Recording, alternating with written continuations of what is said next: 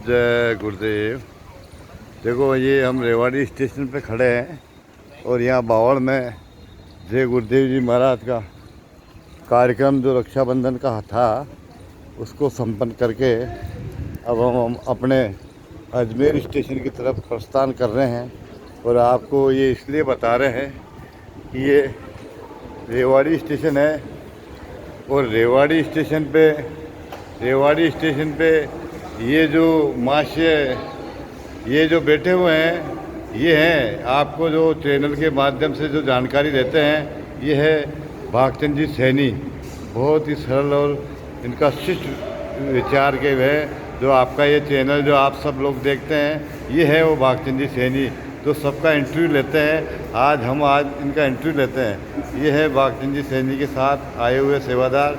और ये जो बच्चियाँ बैठी हुई है ये बीएसएफ में नौकरी करती है दोनों, लेकिन ये भी गुरु महाराज की क्षण में आई हुई है और भंडारे में सेवा करके अभी आ ही रहे हैं। तो ये स्टेशन पे आराम कर रहे हैं। हमारी जो ट्रेन है 2:05 पर बरेली भुज, इसलिए आज हम आप इतने दिनों से भागचंद जी को देखते आ रहे हो। ये है भागचंद जी सैनी जो आपके लिए जय गुरुदेव चमत्कार चैनल को चलाते हैं।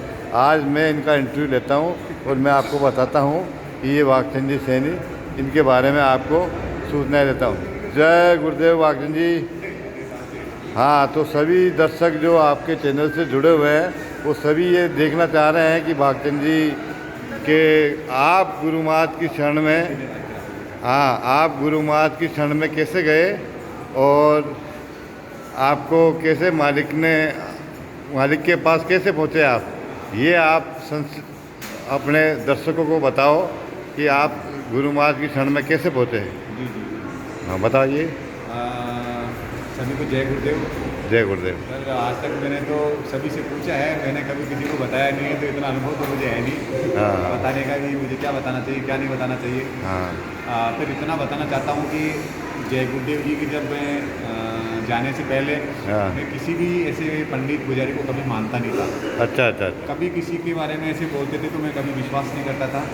और ना ही उनके पास कभी सत्संग में कभी कहीं गया नहीं। जी। तो क्योंकि ये सभी चीज़ें घर अपने गुरु तो जो जन्म देने वाले माता पिता हैं, उससे बड़ा मेरे हिसाब से इस दुनिया में कोई गुरु नहीं है। और ना हमें गुरु की आवश्यकता थी, यही हमारी सोच थी। अच्छा, आपकी यही सोच थी पहले। तो मैंने कहा हमारे तो घर में गुरु है, हमें किस लिए गुरु बनाना। तो एक दिन योग ऐसे बने कि किसी सत्संगी भाई के साथ जाना हो गया। जी हाँ। और आधे अधूरे मन से गया, मेरे को कोई मतलब नहीं था सत्संग से ना दर्शन से। तो वहाँ गया, तो वहाँ जब अब गए तो जाहिर है सत्संग में बैठना ही था। तो हम सत्संग में बैठे तो वहाँ पे जब स्वामी जी का सत्संग चालू हुआ तब उन्होंने बताया कि जो वहाँ बैठे हुए थे सत्संग में सुना कि जहाँ जो भी लोग यहाँ कहीं सत्संग में जाते हैं या कहीं पर भी जाते हैं तो अगर मान लो घर के अंदर तो उनके माता पिता दुखी है और हम अगर सत्संग में जा रहे हैं तो इनका कोई मतलब नहीं है। सबसे पहले तो हमारी जो है ना सत्संग उसी सफल होगी जो सबसे पहले अपने माता पिता की सेवा करेगा। जी।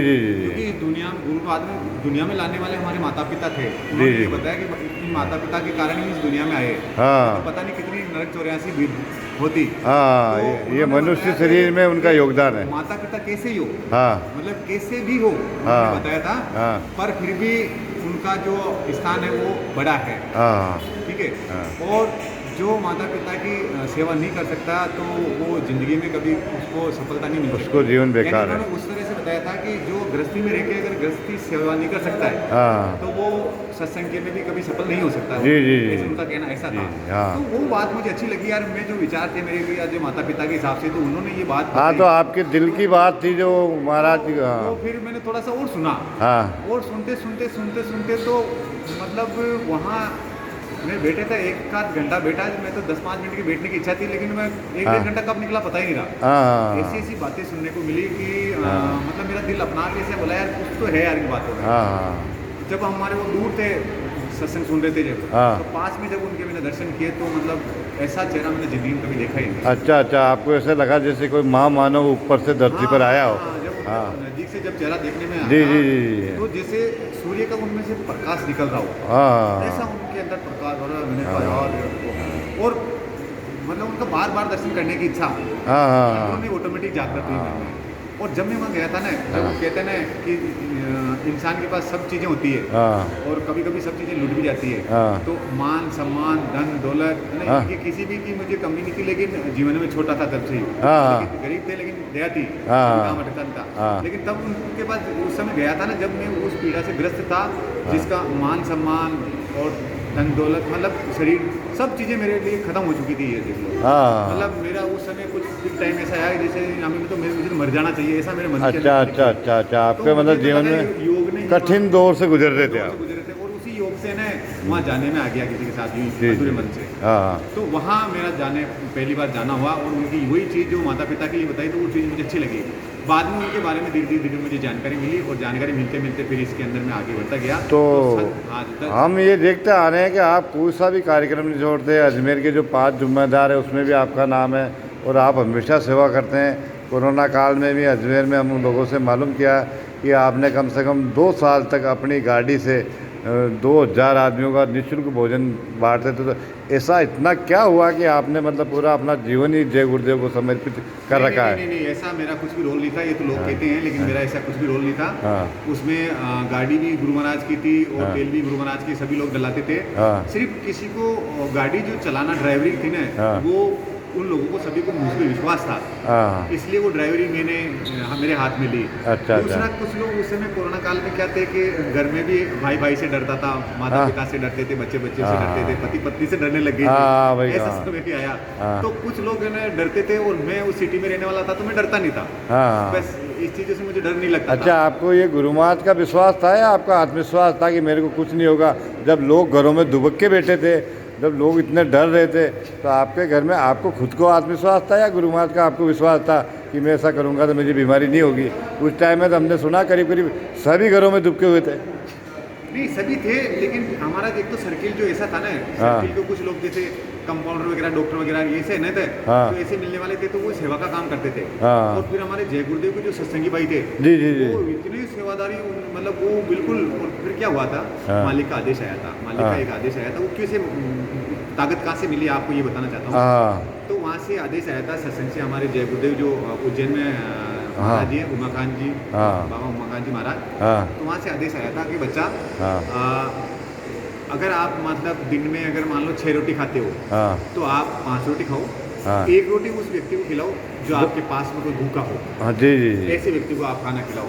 तो ठीक है, हमने भी थोड़ा बहुत यहाँ पास में तो 1-2 दिन देखे, तो धीरे धीरे ऐसे देखने में आया कि वो 2-4 दिन 5 दिन बाद में तो क्या ऐसे, क्योंकि हर घर में ऐसी स्थिति थी, किसी के 1 दिन का 2 दिन का ही राशन पानी रहता था। तो उस कोरोना काल में सारी दुकानें बंद हो गई ना, तो वहाँ लोग ऐसी जरूरत वाले, तो जैसे हमारे वो फिर 2-4-5 सत्संगी भाइयों ने मिलके उन्होंने उस चीज़ को चालू किया कि यार अपने एक काम करते, थोड़ा सा जो 5-10 घर हैं इनमें जो खाने के जरूरत है उनको खाना खिला दें।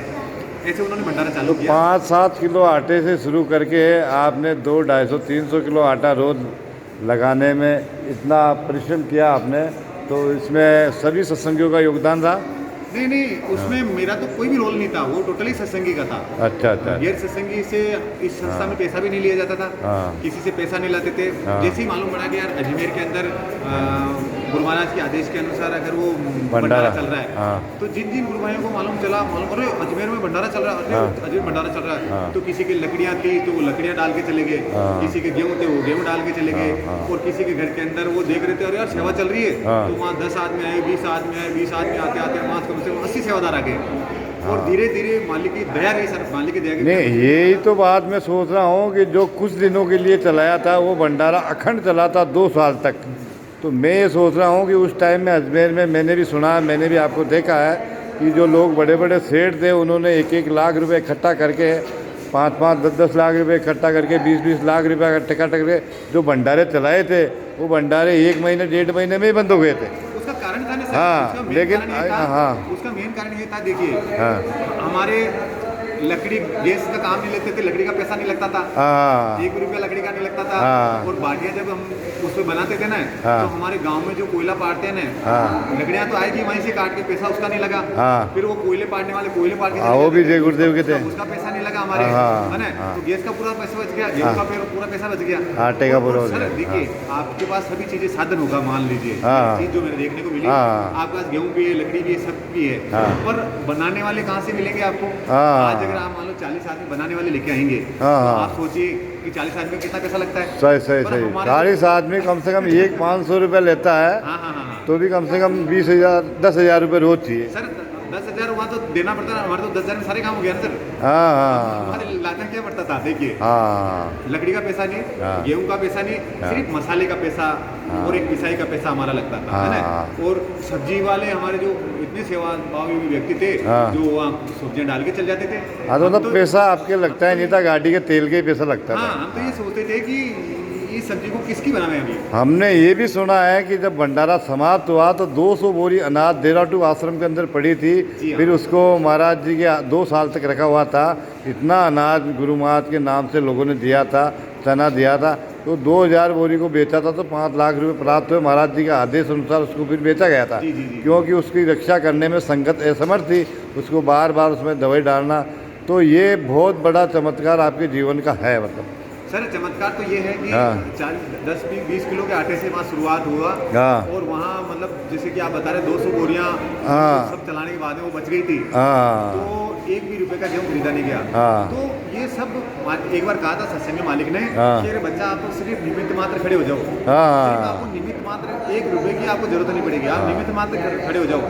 सर मैं सबसे बड़ी बात तो बता देता हूँ उसी दरमियान चमत्कार, हाँ। कि प्रशासन उस समय सबसे पहले मैं पुलिस वाले जो है हमेशा हाँ। उनको एक अलग नज़र से देखता था, हाँ। शुरू से ही अलग नज़र से देखता था। हाँ। मेरे मिलने वाले भी हैं 1-2 पुलिस वाले, तो उनके मैं ज़्यादा बात नहीं करता था, हाँ। क्योंकि मैं ये समझता था कि ये बहरेमी लोग होते हैं, इनकी रहम नहीं होता है, हाँ। ठीक है ना, इनमें बोलने की तमीज होती है, हाँ। इनके दिल नहीं है, ऐसा मेरे विचार थे। हाँ। और उस समय सर मेरे को देखने को मिला हाँ। कि वहाँ पे हमारे जितना भी प्रशासन है, मैं तो उनको धन्यवाद देता हूँ सबसे पहले, हाँ। पुलिस वालों को, और ये प्रशासन पूरा, हाँ। डॉक्टरों को तो इनको तो है ही है, हाँ। लेकिन उस समय पुलिस वालों को जो मैंने देखा हाँ। कि सर हमारे पास हमारी जब गाड़ी निकलती थी, हाँ। तो जो भी वो राहगीर चलते थे ना उस समय बिना खाने के, जब पलायन हो रहा हाँ। था, हाँ। तो उन लोगों को सर वहाँ बैठा के रखते थे वो लाइन से, हाँ। कि आने का अरे कोई जय गुरुदेव की गाड़ी आने वाली है, जय गुरुदेव की गाड़ी आने वाली है। हाँ। तो वहाँ लाके है ना उनको सभी को अरे आजा आजा आओ, ऐसा उनके हाथों से वो खाना देते थे। हाँ। 1-2 बार तो ऐसा हुआ सर कि कॉलोनी ब्लॉक कर दी गई। अच्छा, कॉलोनी अच्छा, ब्लॉक अच्छा। कर दी गई, जहाँ पे क्योंकि वैसे शुरू पहले वाले लॉकडाउन में ऐसे ही था कि हाँ, एकदम जहाँ ना कोई- पूरी को ब्लॉक कर देते थे, पूरी को लॉक कर देते खाने थे। पीने की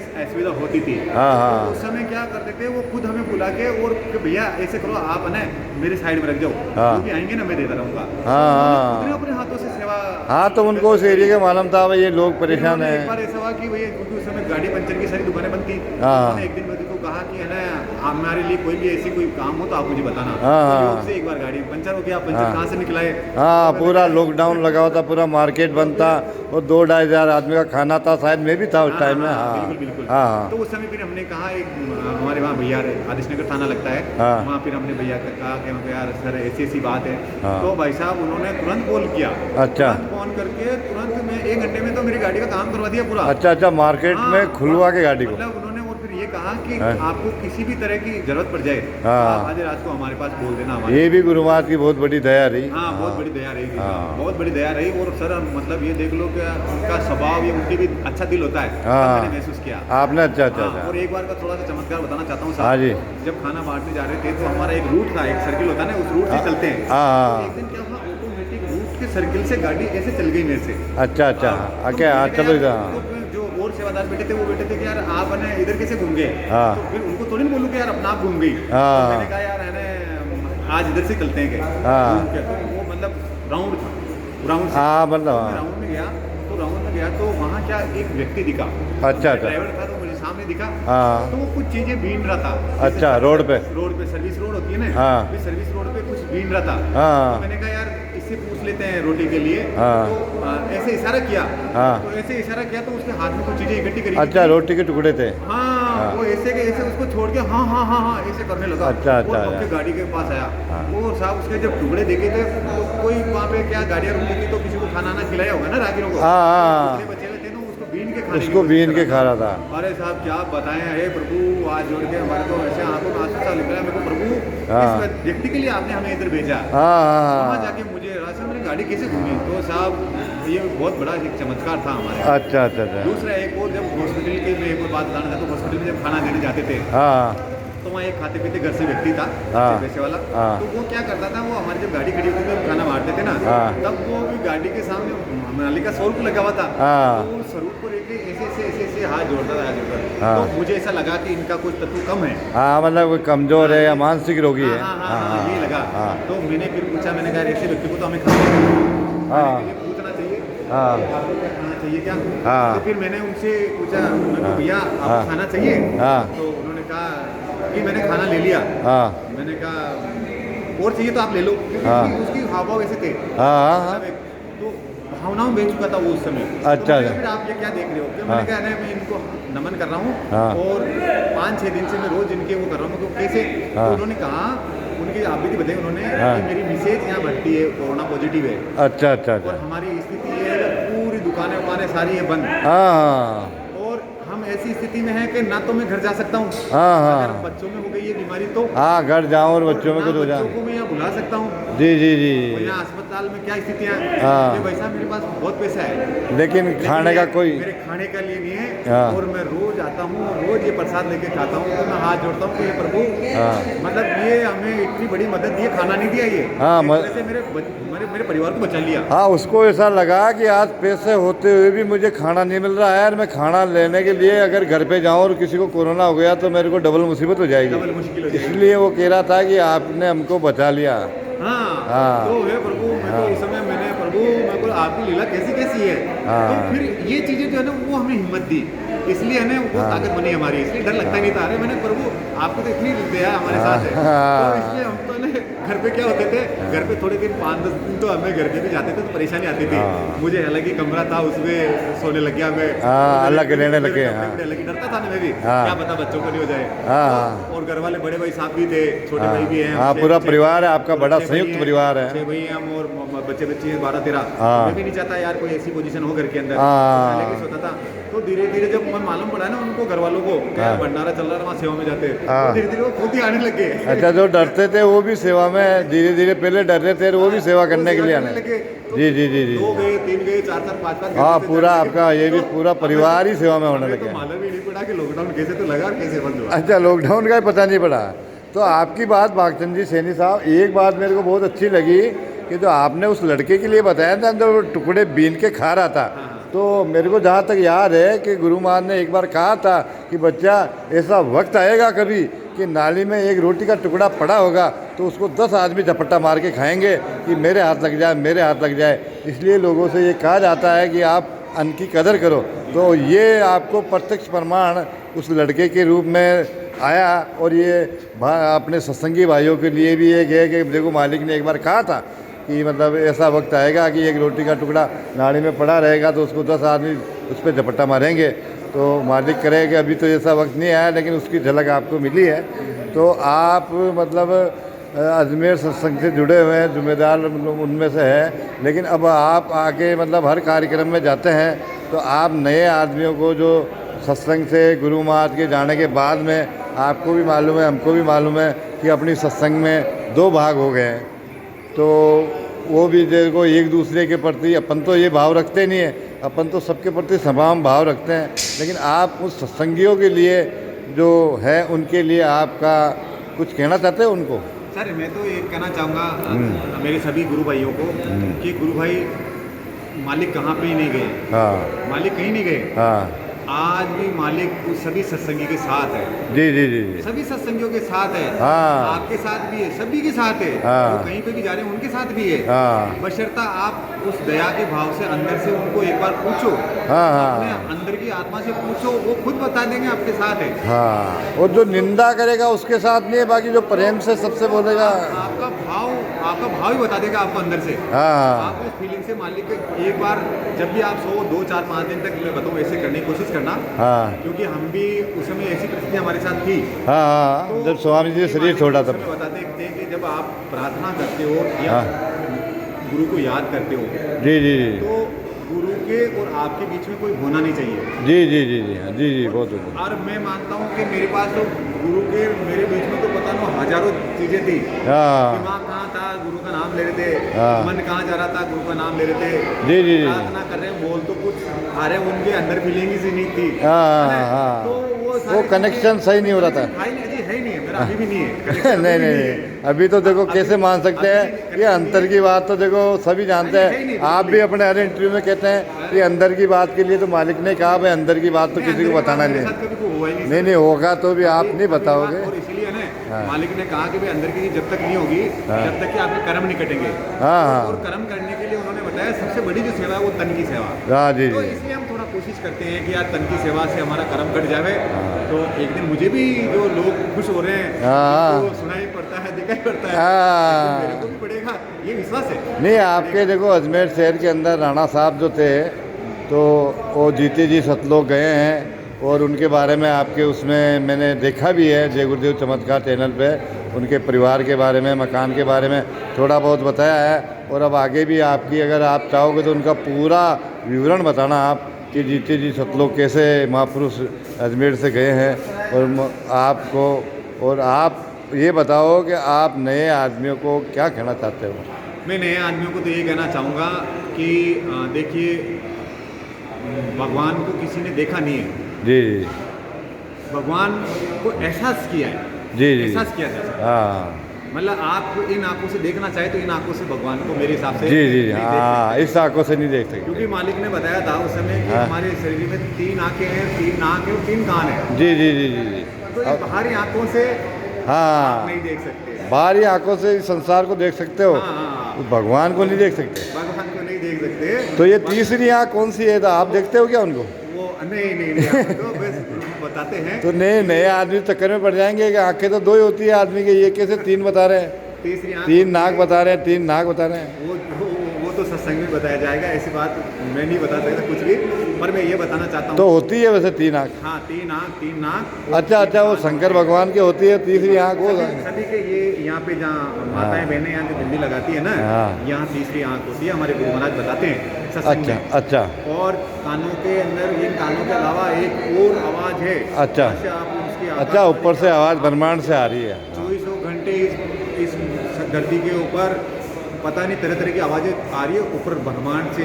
मालिक ये बताते हैं सत्संग में। और वो सुन सकता है इंसान, लेकिन इन कानों से नहीं सुन सकता। अच्छा वो दिव्य आँख दिव्य कान से सुन सकता है। और सबसे बड़ी बात तो ये है कि आपको कहीं गुफा में जाने की जरूरत नहीं है। अच्छा आपको किसी मतलब मंदिर में जाने की जरूरत नहीं है। जी। आपको किसी मतलब गिरजाघर में जाने की जरूरत नहीं है। अच्छा। आपको किसी मस्जिद में जाने की जरूरत नहीं है। है ना? आपको सिर्फ और सिर्फ सबसे बड़ा जो मंदिर है, हम कुछ तो जानते हैं, कुछ जान के अनजान बनते हैं। सबसे बड़ा मंदिर तो ये है। अच्छा इससे बड़ा मंदिर इस दुनिया में कोई भी नहीं है सर। अच्छा इसी मंदिर में भगवान बैठा हुआ? इसी मंदिर के अंदर भगवान मिलेगा। इसी तो मंदिर कोई नया आदमी अपने घर में कुछ महसूस करना चाहे तो उनको आप बता सकते हो कैसे महसूस करें? हाथ जोड़ के ये जय गुरुदेव जो नाम है, ये जय गुरुदेव नाम किसी इंसान का नाम नहीं है। अच्छा ये जगाया हुआ नाम है। और ये जगाया हुआ नाम है तो इस नाम को पहले आप 10 बार आप है ना जय गुरुदेव जय गुरुदेव जय गुरुदेव ऐसे बोल के अंदरूनी आत्मा से और आप याद करो।